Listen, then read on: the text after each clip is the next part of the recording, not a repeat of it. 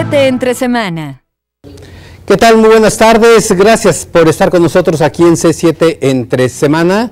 Todos los lunes, por supuesto, es la cita. Y mire, hoy un tema muy interesante y un invitado por demás importante. El cáncer en Jalisco y en particular el papel que está jugando en este tema el Instituto Jalisciense de Cancerología. Y le agradezco que nos acompañen, le agradezco su presencia precisamente al director general de este instituto, el doctor Adalberto Gómez Rodríguez. Doctor, ¿cómo estamos? Buenas tardes. Pues en primer lugar, agradeciendo la hospitalidad de este Canal 7 que es tan prestigioso por su desempeño y por todo lo que le aporta en el rubro de la información, de la cultura, a todos los habitantes de Jalisco. Muy bien, muchas gracias, doctor. Y mire, déjeme decirle un dato interesante y que de alguna manera vincula la presencia del doctor Adalberto en este día, en este programa. Hace 24 años, siendo el doctor diputado local desde el Congreso del Estado, le tocó impulsar como presidente de la Comisión de Salud el arranque de este proyecto, hoy ya una realidad, con resultados muy importantes, que era la construcción de este Instituto Jalisciense de Cancerología. Bueno, pues 24 años después de cuando el doctor impulsó la construcción, la creación de este instituto, bueno, le corresponde al doctor Adalberto Gómez Rodríguez estar al frente, estar a la cabeza del Instituto Jalisciense de Cancerología. Doctor, pues una obra que creo que ahí está, dando resultados, atendiendo a una gran cantidad de personas que padecen el cáncer. Sin duda, en efecto, hace 24 años, para ser exactos, en octubre del 1990, llamaba ya la atención de una manera muy significativa la incidencia, es decir, la morbilidad, el número de pacientes de cáncer que se registraban y que acudían pues a todas las instituciones de salud. El artículo 4 de la Constitución es muy claro y en su enunciado apunta a garantizar y certificar que toda la población de nuestro país debe tener acceso a la salud con calidad, con respeto y con consideraciones y eficiencia técnica y científica. Sin embargo, en nuestro país se ha desarrollado de una manera fragmentada esta atención a la que nos obliga el artículo 4 de la Constitución. Y entonces es así como vemos al Instituto del Seguro Social, al ISSSTE, a instituciones particulares, a instituciones que están en el sector público, dentro del sector salud, como somos nosotros, el Instituto de Cancerología. En aquellos años se hacía tan evidente una tendencia al alza, que siendo yo presidente de la Comisión de Salud, conversando con el entonces gobernador don Guillermo Cosío, debo reconocer históricamente que don Guillermo fue muy receptivo a la propuesta y no dudó en impulsarla también con una iniciativa que nos presentó, que le dimos forma. Yo como encargado de la comisión me tocó elaborar un reglamento, una exposición de motivos y finalmente la primera, la segunda lectura, el dictamen y se crea el instituto. Y en aquellos años se creó por las limitantes económicas que siempre nos han agobiado, y ahora también, en un anexo del Hospital Civil. El espacio físico está sobre Coronel Calderón 775, a un costado del Hospital Civil, y con todo el apoyo de lo que era el servicio, o lo que sigue siendo el servicio de oncología del Hospital Civil. Y a través de los años son muchos miles de pacientes que se atienden ahí con nosotros. Y el instituto ha evolucionado de tal manera que a la fecha, sin la menor duda, el instituto es el lugar por excelencia y con el más alto nivel de especialidad para atender el cáncer. Hay, según los datos, aproximadamente un centenar de diferentes tipos de cáncer. Y cada cáncer, así lo acredita la ciencia actualmente, involucra y afecta aproximadamente de 200 formas diferentes, tejidos y órganos del cuerpo.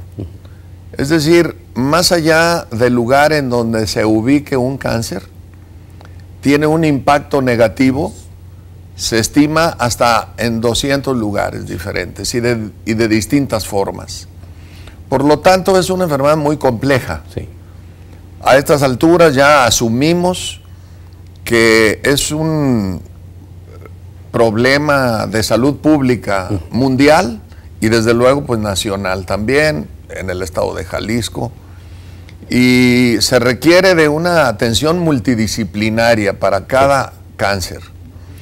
El mejor oncólogo, que vaya que los tenemos aquí afortunadamente,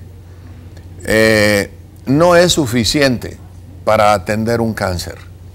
El cáncer se debe atender de una manera integral, por todos los comentarios que hace un momento yo le transmitía, y requiere de expertos y especialistas. Desde que el paciente llega por primera ocasión, cuando le dan la noticia, por síntomas y signos que presente y acude a algún médico y le dice, ¿sabe qué? Pues me parece que usted puede tener cáncer. La noticia es devastadora y tiene un impacto emocional también muy intenso. De tal suerte que debemos ser, desde ese momento, sumamente cuidadosos en el manejo del caso, más allá del tratamiento. Claro.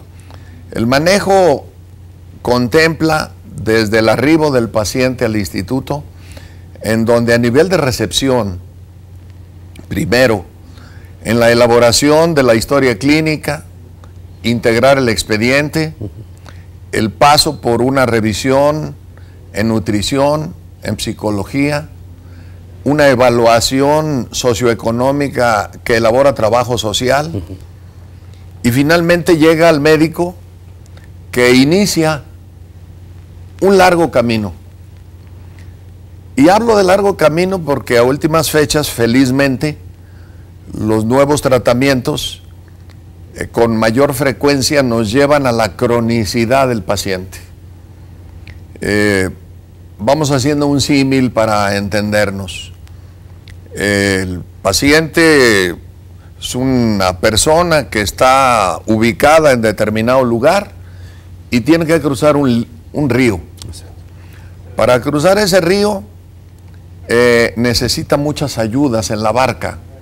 Él solo no puede hacerlo, ni con el auxilio de un solo marino. Se requiere un equipo para que lo pueda conducir a través del río y llegar hacia la otra orilla, en donde puede encontrar alivio, liberarse de la enfermedad y afortunadamente en muchos casos la curación. En todo este trayecto es muy importante estar alentando y dándole esperanzas al paciente. Las palabras son tan importantes como las maniobras quirúrgicas. Déjeme darle un símil. Un bisturí que no sea manejado con destreza puede provocar estragos en el cuerpo. Claro. Pues en un símil, las palabras mal dichas, no bien calculadas, producen un impacto brutal en el estado emocional del paciente. Sí. Particularmente estamos hablando de cáncer, lo subrayo porque es un padecimiento al que culturalmente se ha difundido que el cáncer es sinónimo de muerte. Exacto. Entonces debemos invariablemente estar transmitiendo buenas noticias al enfermo, esperanza, certidumbre, Y en eso el equipo debe actuar de manera tal que todos hablemos el mismo idioma, para que no reciba una información diferente de enfermería o de trabajo social o de psicología o de nutrición que la que habla el lenguaje que tiene el médico tratante. Claro. Doctor, si nos permite, vamos a ir a una pausa. Claro. Y, por supuesto, estamos hablando del cáncer en Jalisco y el papel que está jugando o que ha jugado a lo largo de estos casi un cuarto de siglo el Instituto Jalisciense de Cancerología, aquí con su director, el doctor Adalberto Gómez Rodríguez. Vamos a la pausa y regresamos.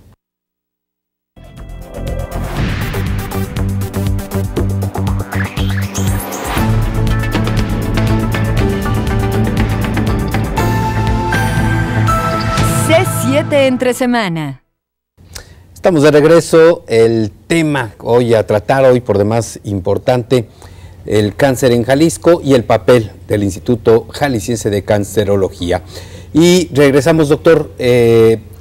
Decimos, está por cumplir 24 años, 25 años sí. el instituto, ya en octubre del 2015. Más que justificada su creación. Es cierto, usted decía, bueno, el cáncer lamentablemente ha ido en crecimiento, cada vez con mayor número de tipos de cáncer, por decirlo de alguna manera. Ajá. Adultos, niños, ancianos, vamos, es una... No respeta. Exacto, ¿verdad? No hay límite en este sentido. Hoy vemos a un instituto que está atendiendo esta enfermedad, más que justificada, le preguntaba, más que justificada su creación. Sí, no cabe la menor duda de que no solo se justifica el desempeño que tiene el instituto frente a este reto que significa el cáncer. Registramos igualmente una tendencia similar a la que se registra a grandes rasgos a nivel mundial. A nivel mundial, déjeme darle este dato porque son referentes que de alguna manera también se reflejan en nuestro medio. A nivel mundial, en el año del 2012 se registraron 14 millones de casos nuevos de cáncer. Se estima que en las próximas 2 décadas esta cifra se eleve a 22 millones, es decir, un incremento del 70%. Son tendencias verdaderamente aterradoras. A contrapunto, también tenemos buenas noticias.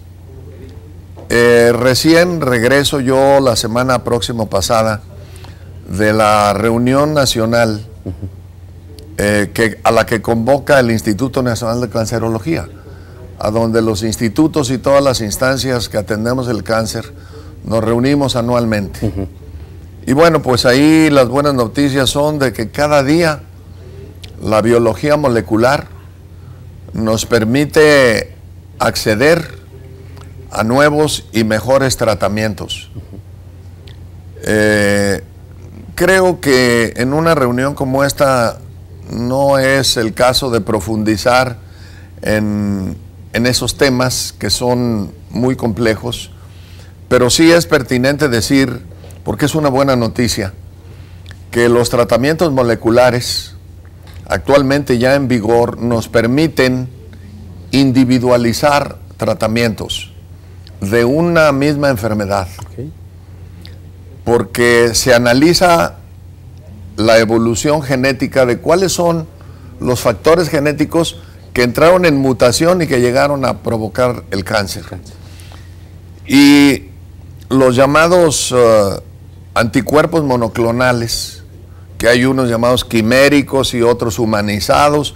Los quiméricos, para saberlo, se inician en ratas a nivel experimental y luego se humanizan para que no los rechace el organismo. Perfecto. Y están teniendo un gran éxito en esos tratamientos. Y hay 2 vertientes que nos ofrece ya la medicina molecular. Esa vertiente con los llamados anticuerpos humanizados y o quiméricos, y también tratamientos inmunológicos que impulsan al cuerpo del enfermo a fortalecer su sistema inmunológico. Entonces, por esas dos vías, la medicina molecular nos está apoyando. Y ya son tratamientos que, sobre todo de 5 años para acá, es decir, muy recientes, ya aplicamos. Si tomamos en cuenta que en el 2003 se identificó el genoma humano, si tomamos en cuenta que en el 2008, 5 años después, se logró identificar el genoma humano individualizado, hablar ahora, en el 2014, 2015 ya, de las aplicaciones que se han desarrollado a partir del 2013, puede decir, pues esto es verdaderamente una muy buena noticia. Doctor, decíamos que más que justificada la creación de este instituto, no sé si tenga datos de un referente de hace 24 años, lo que sucedía en Jalisco en esos términos, y lo que hoy nos muestra la realidad y lo que le ha permitido a los enfermos de cáncer este instituto.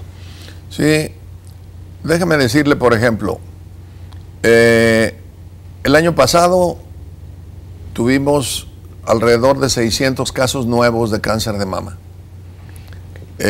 Los tenemos clasificados por género y por incidencia.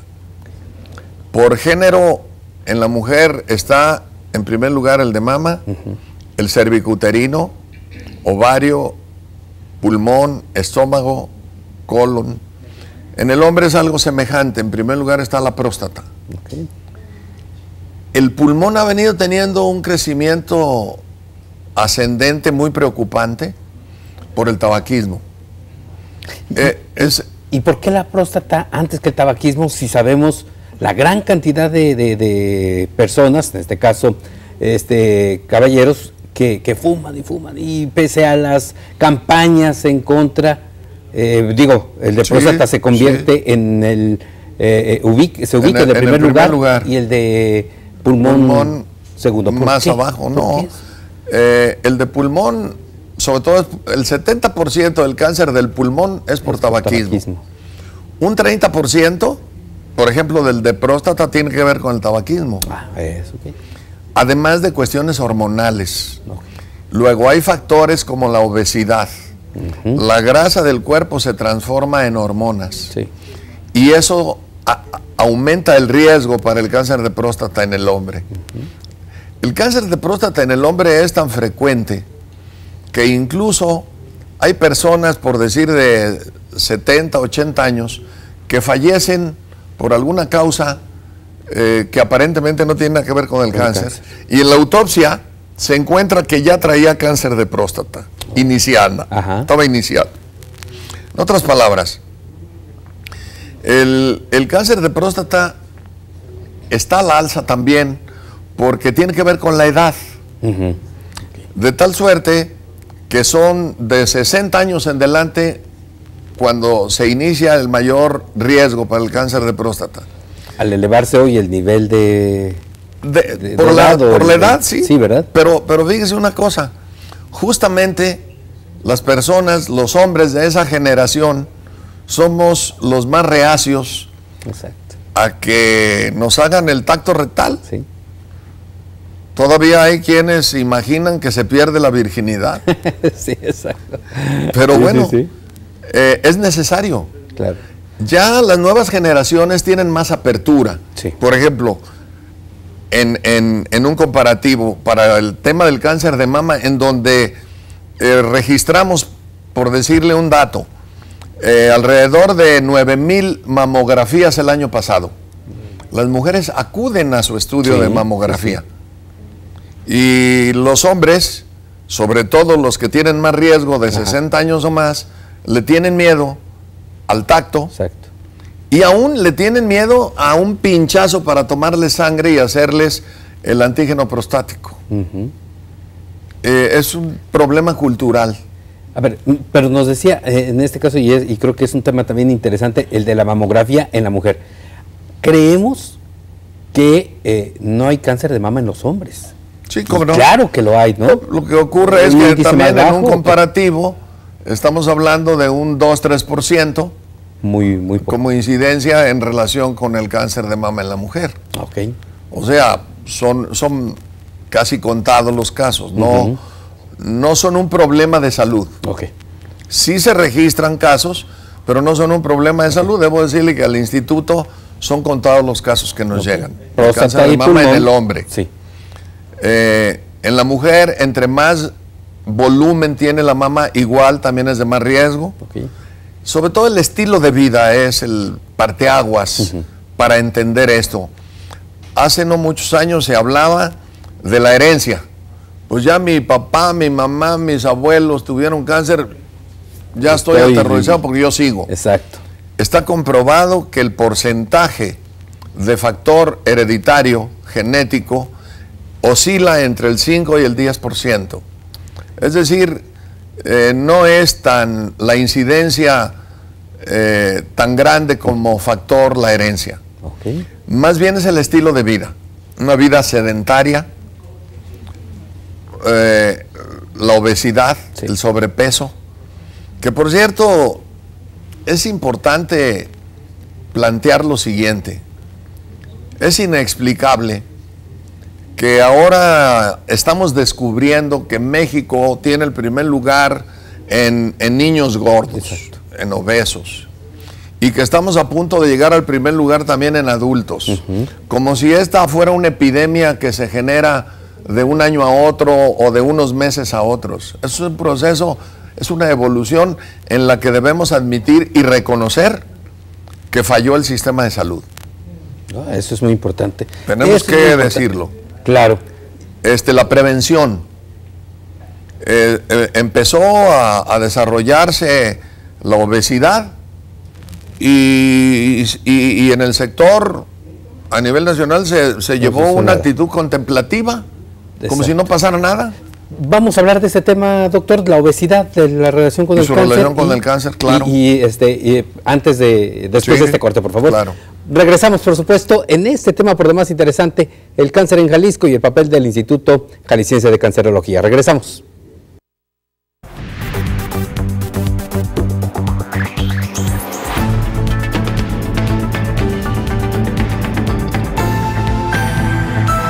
C7 entre semana.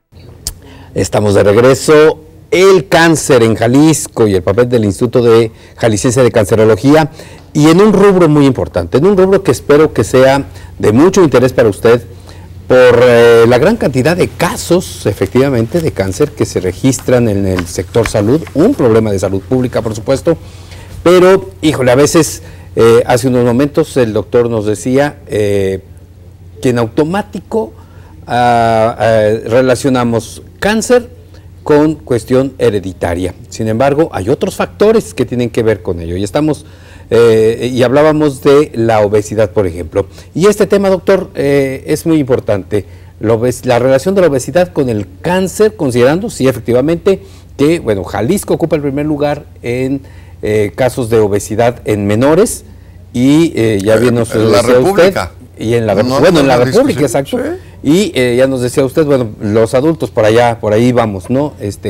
¿Cuál es esa relación y qué es lo que nuestros televidentes y radioescuchas deben de estar atentos, de saber en este caso de la obesidad y el cáncer?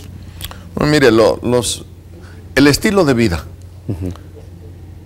es lo que nos acerca o nos aleja del riesgo. Una persona que se pone a ver 2, 3 películas en el cine o en la televisión con un balde de palomitas y con un litro de refresco y llega a su casa a acostarse, a dormir, bueno, pues es una gente que vive para engordar, vive para engorda y además eso lo hace sedentario.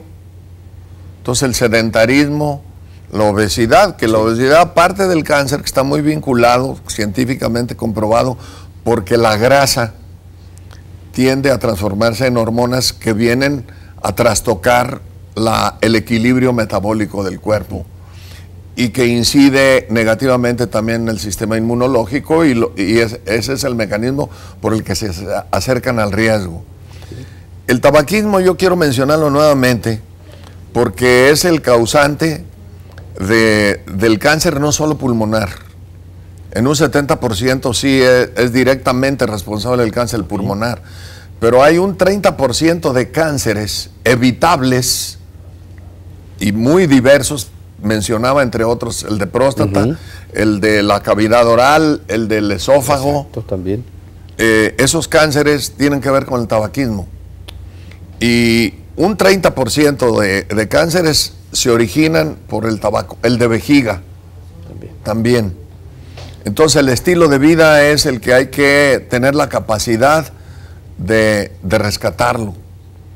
Hacer ejercicio, fruta, verduras y una actividad incluso emocional, es decir, tener metas en la vida, tener logros, disfrutar los éxitos como consecuencia del empeño, de la dedicación, del trabajo.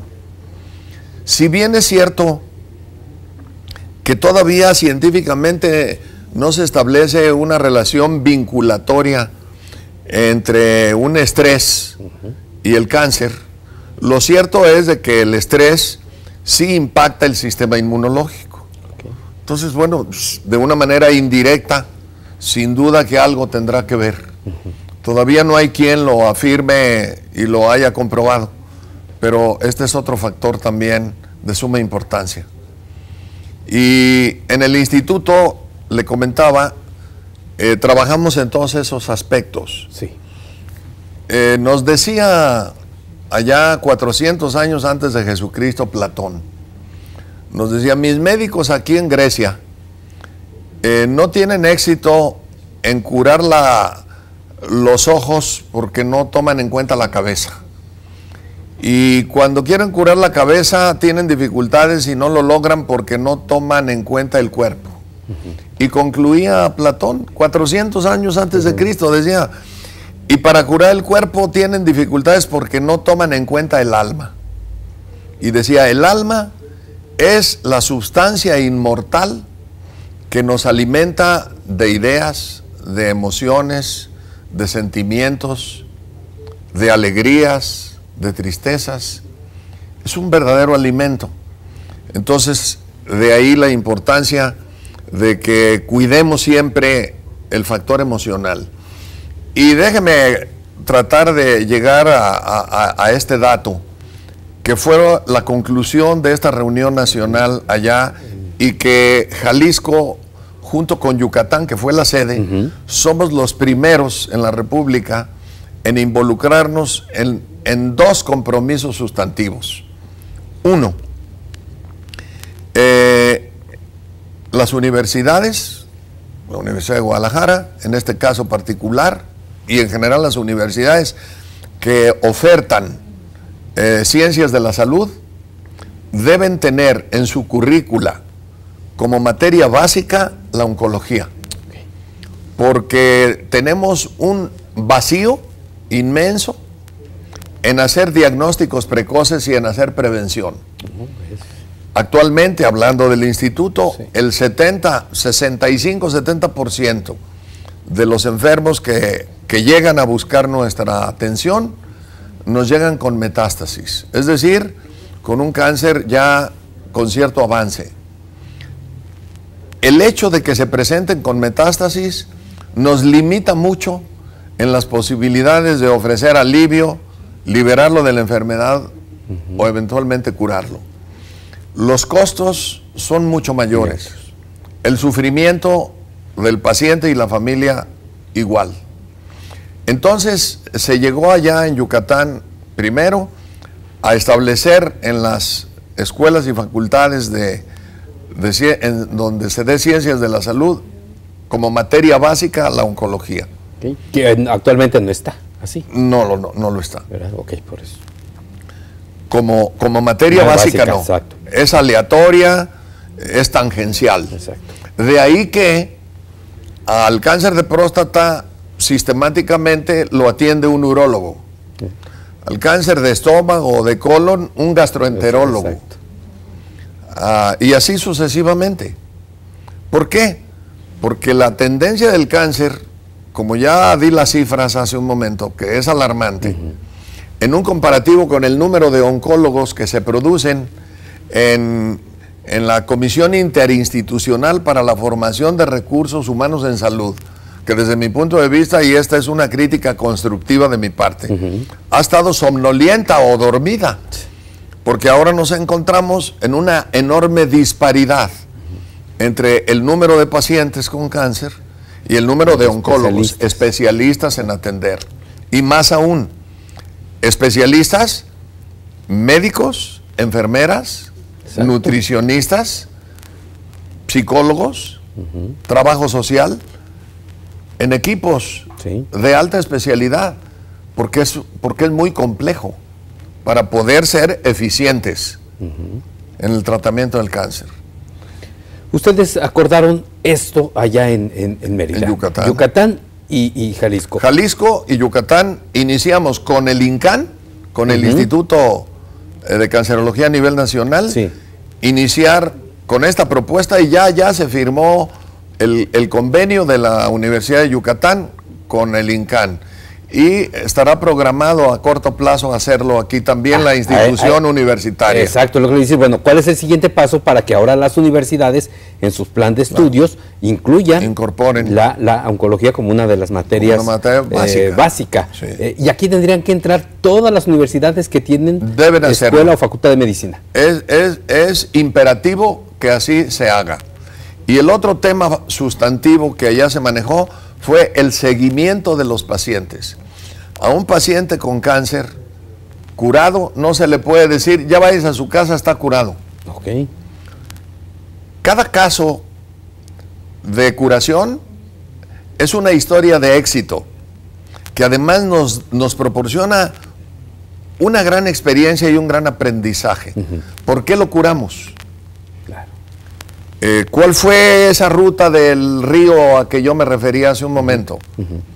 Bueno, que se hizo un buen diagnóstico, que se hizo un buen acto quirúrgico, que se le aplicó una buena quimioterapia y ahora terapia molecular, en su caso a lo mejor, quimioterapias, una buena aplicación con el acelerador lineal de radioterapia. Tuvimos éxito, se alivió, está curado.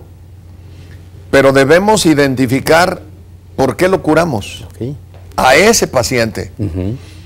¿Y por qué a otro paciente con la misma enfermedad no lo curamos? Esa es la enseñanza que nos da al que sí curamos, desde el punto de vista genético. ¿Qué medicamentos le dimos a él? ¿Y qué otros medicamentos le dimos a ese otro paciente? ¿Por qué con este fue un éxito? Y entonces pasar de lo individual a algo más general. Tenemos que darle seguimiento. Y el darle seguimiento implica tener un registro nacional, poblacional del cáncer, que no lo tenemos. Qué datos tan interesantes nos está proporcionando, doctor.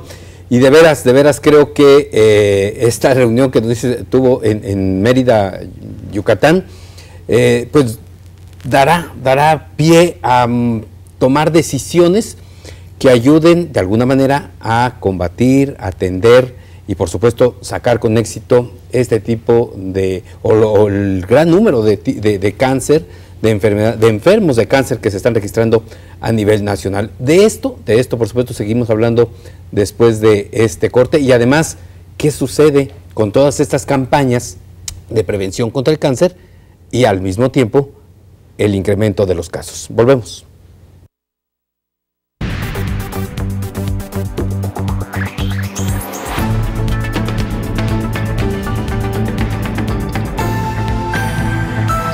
C7 entre semana. Mire, de veras que este tema es por demás interesante. Hace dos programas anteriores tocamos el cáncer infantil, también un asunto, un tema por demás trascendente, por supuesto para los menores. Hoy estamos abordando el cáncer en general, el cáncer en Jalisco, y decíamos hace un momento, bueno, ¿qué pasa con aquellos pacientes? Nos decía el doctor Adalberto, ¿qué pasa con aquellos pacientes que supuestamente ya están curados de cáncer? Se les da de alta, se les manda a su casa, pero en muchos casos, lamentablemente, regresan nuevamente en condiciones quizás hasta peores, porque el cáncer les vuelve a resurgir. ¿Es así, doctor? Y no sé si podemos, si tenemos algunos datos de cuántos de aquellos pacientes que se dice ya está curado, váyase a su casa, regresan y nos decía usted, quizás precisamente porque no se les da el seguimiento que se requiere. Pues he ahí el dilema, ese es el tema del seguimiento y del registro. Exacto. Porque hasta hoy hemos tenido ese vacío. Todas las instituciones que atendemos el cáncer en el país. No hay un registro. Se va el enfermo, no sabemos en ese seguimiento si siguió atendiendo su estilo de vida, es decir, su nutrición, porque no basta con que la familia en un momento nos diga, no, está comiendo muy bien, sí, pero ¿qué está comiendo? ¿Qué come? Exacto. Sí. Tenemos que rescatarlos para que se vuelvan a integrar a la sociedad, a su trabajo. Pero no tenemos estadísticas, no tenemos registro. Precisamente para eso es el registro, porque no sabemos cuántos de los que dimos de alta como curados se murieron y no supimos. O siguieron curados y tampoco sabemos. Claro. De ahí la gran importancia de este registro nacional y tenerlos a todos en un espejo permanente. Este registro, digo, ¿cuáles van a ser los pasos para tener lo más pronto posible este registro? Por supuesto es importante de un caso y otro. Bueno, a mí me parece que lo razonable y de acuerdo con la reglamentación le corresponde a la Secretaría de Salud encabezar este trabajo. El sector salud, la Secretaría aquí en Jalisco en este caso, que encabeza el señor doctor Álvarez, Jaime Agustín González Álvarez, pues será sin duda el que espero yo a muy corto plazo nos convoque a todas las instancias que tratamos el cáncer. Seguro Social, ISSSTE, hospitales civiles, nosotros. O sea, no necesita esperarse a que sea la Secretaría de Salud Federal, perdón, la que inicie eso. No, de hecho el INCAN nos convocó y ya nos comprometimos a ese trabajo. Perfecto, muy bien. Porque además no habrá dinero en el mundo que ajuste para atender el cáncer si hacemos nada más medicina curativa. En este país hay muchos pobres, y hablo de gente pobre más allá de la pobreza que podamos tener nosotros dos. Claro. Gente muy pobre, nos llegan de Zacatecas que a veces no traen ni para el camión para regresarse. Nos llegan de Nayarit, de Michoacán, de Colima, hasta de Veracruz tenemos pacientes. En consecuencia, no hay dinero que ajuste. Tenemos que de una vez por todas entender y aplicar y practicar la medicina preventiva. Desde los muchachos estudiantes en la escuela de medicina, las enfermeras desde su trinchera, desde estudiantes, deben tener, por eso, la cátedra de oncología, para que tengan la capacidad de difundir, de divulgar las señales del cuerpo. Deben enseñarnos a escuchar nuestro cuerpo y no esperarnos a que nuestro cuerpo esté gritando para entonces ir al médico a buscar auxilio.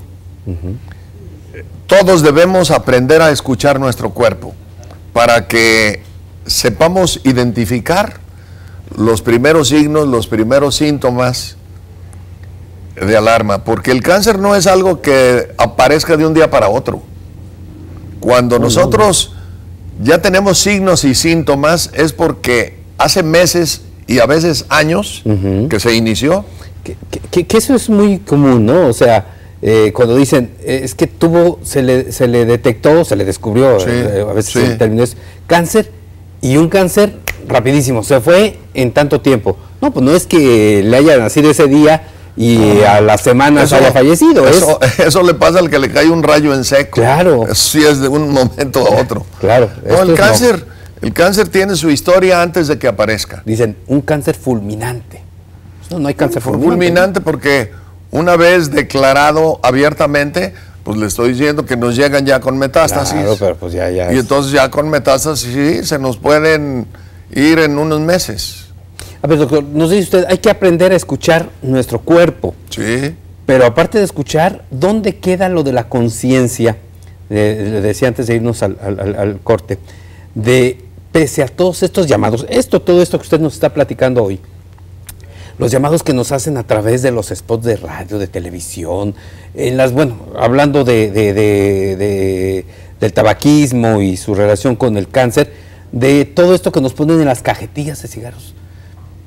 La verdad, parece ser que no ha disminuido la venta de tabaco, de cigarrillos. ¿Qué pasa? La explicación, que no justificación, es que no tenemos cultura. Así de fácil. Me vale. Es decir, yo me siento bien, luego estoy bien, en consecuencia estoy sano. Okay. ¿Yo a qué tengo que ir con un médico? En los programas de Prevenista y de Prevenims y de prevención, nos entra por un oído y nos sale por el otro, o ni siquiera entra por ningún oído. Exacto. No hacemos caso, es un asunto cultural. Pero también es cierto que la capacidad de respuesta del sector salud, si en un momento, un dato, en el mes del cáncer de mama, sí, nosotros nada más, el instituto, hicimos 8,000 en el año, y en el mes nosotros nos pusimos una cuota de 500 mamografías en el mes de octubre, y finalmente hicimos 1,200 aproximadamente, el instituto. El instituto nada más. Aparte de lo que hicieron otras instituciones. Claro. Pero hubo un momento en que dijimos, no, pues vámonos parando, pues no tenemos capacidad. Si viene, ya no hay que difundir la invitación a que vengan, porque eran unas filas de asustarnos. Cuando el año pasado que empezamos ahí en la Plaza de Armas, había una fila que le daba 2 vueltas a toda la superficie de la Plaza de Armas para llegar a los camiones del ultrasonido. Y de ahí como filtro para luego que pudieran pasar, si el ultrasonido nos daba señales de sospecha, pasar luego al mastógrafo para el mamograma. Pero eran cantidades enormes. Entonces no tenemos la capacidad de respuesta en una campaña permanente que es obligada para como andamos, de los cánceres más prevalentes. Una campaña de prevención. Si no hacemos prevención, no hay dinero suficiente, ni en el mundo y menos en México, para atender el cáncer. Y esta cultura de la salud, ya decía usted, bueno, a veces es algo ya muy propio del mexicano, pero esta cultura, ¿cómo debemos de obtenerla? Porque a veces decimos, bueno, no, es que el gobierno no hace las campañas suficientes, pero uno mismo, uno mismo ignora, decía usted, le entra por uno y le sale por otro, o a veces ni entra. No, pues hay que intensificar. Yo no soy comunista, yo soy libre pensador ideológicamente. Yo estoy comprometido profesionalmente con el pensamiento. Y en ese orden de ideas, déjeme decirle, Mao Zedong, gobernando China, decían, oiga, pues el pueblo no le entiende a lo que usted le dice. No, mire, y dijo, el pueblo es como la hierba alta. El gobierno debe ser como el viento que sopla. Y debe, en consecuencia, la hierba alta inclinarse en el sentido de cómo está soplando. Y si no se dobla a esa corriente de aire, la solución es intensificarla. Hay que soplar más fuerte. Bueno, así igual. Pues no me parece que sea un iluminado eso que nos dijo Mao, pero tiene vigencia. Claro. Hay que intensificar las campañas de prevención.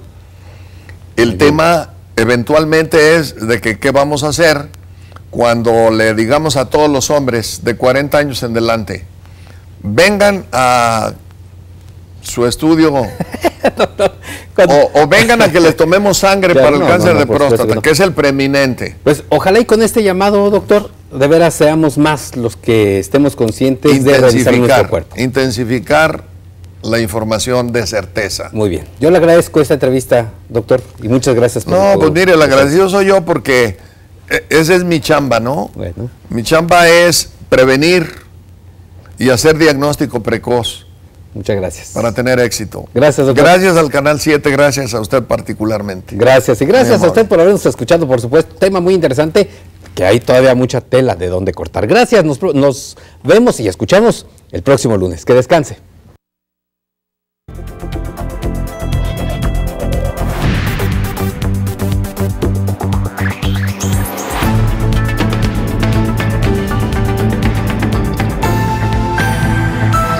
C7 entre semana.